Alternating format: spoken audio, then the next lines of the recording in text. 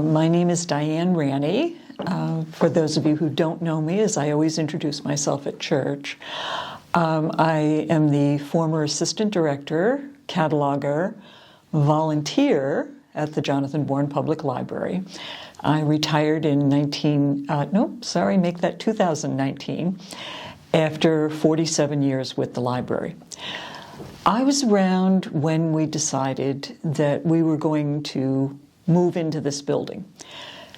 It was a decision that was made under duress, you might say, because a lot of times in the past, the town didn't really feel the need for a library. And the old library, which is located on Keene Street and is now the Archives, was quite cramped.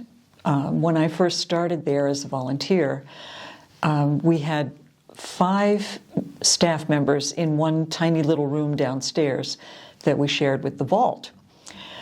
When the vault was open, it was found that there were a number of different things in it that moved over to this library. But at the time, we were all sharing this room, and as I said, it was quite cramped. When they first decided that we needed a new library, Jim Kennedy was the director. Jim Kennedy had this brilliant idea that because the old library was located on the canal, that perhaps people who were in the shipping business, mostly outsiders, as you would say, might be interested in funding the library. So he came up with a grand scheme that we would notify Saudi Arabia, different places like that, who used the canal to build a new library. As you might guess, it really didn't go over very well. But the town finally decided that maybe it was time.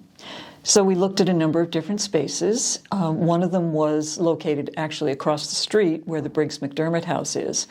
That was in great disrepair, and there was thought that maybe that could be torn down, which the National Register of Historic Places said, no, we're not tearing that down. You can have the land that's toward the back. Well, the town investigated and found that the land that was toward the back, unfortunately, was wetlands. So that was disregarded.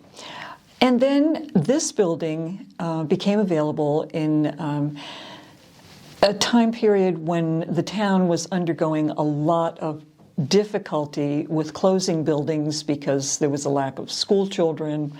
In 1981, I don't know how many people remember that, we had Proposition 2.5.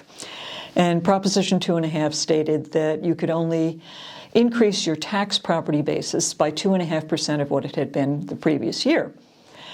The schools were closed.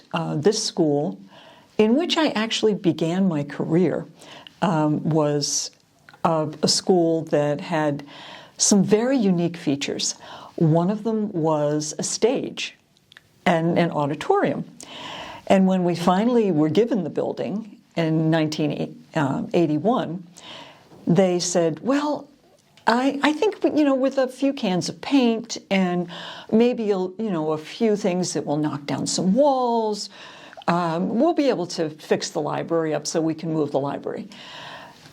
We librarians knew better. By that time, I had joined the staff, and we investigated fully, and we were able to get a grant from the state through the actual federal funding. And the town finally voted, yes, we're going to take over the building and give it to the library trustees. It was a great day. It was also a day when we said, oh my goodness, what have we done? And how are we going to do this? One of the things that had to be done, unfortunately, was to close 2 of the branches, the Sagamore branch and the Pocasset branch, and bring all the books over here in what was still the unfinished, unrenovated section of the soon-to-be new library. And I remember one of the fun things that Sue Cobb, who was the assistant director, and we used to come over here and we would go through boxes and boxes and boxes of books to see what we were going to save and what we were going to keep. And we laughed ourselves silly because by that time, obviously it's 1981, 1982, and we're looking at a book that said, someday man will walk on the moon. That was one of our favorites. We discarded that, to say the least. We did keep a lot of the older books, though, because we felt that some of the things were very valuable and could be used in the archives.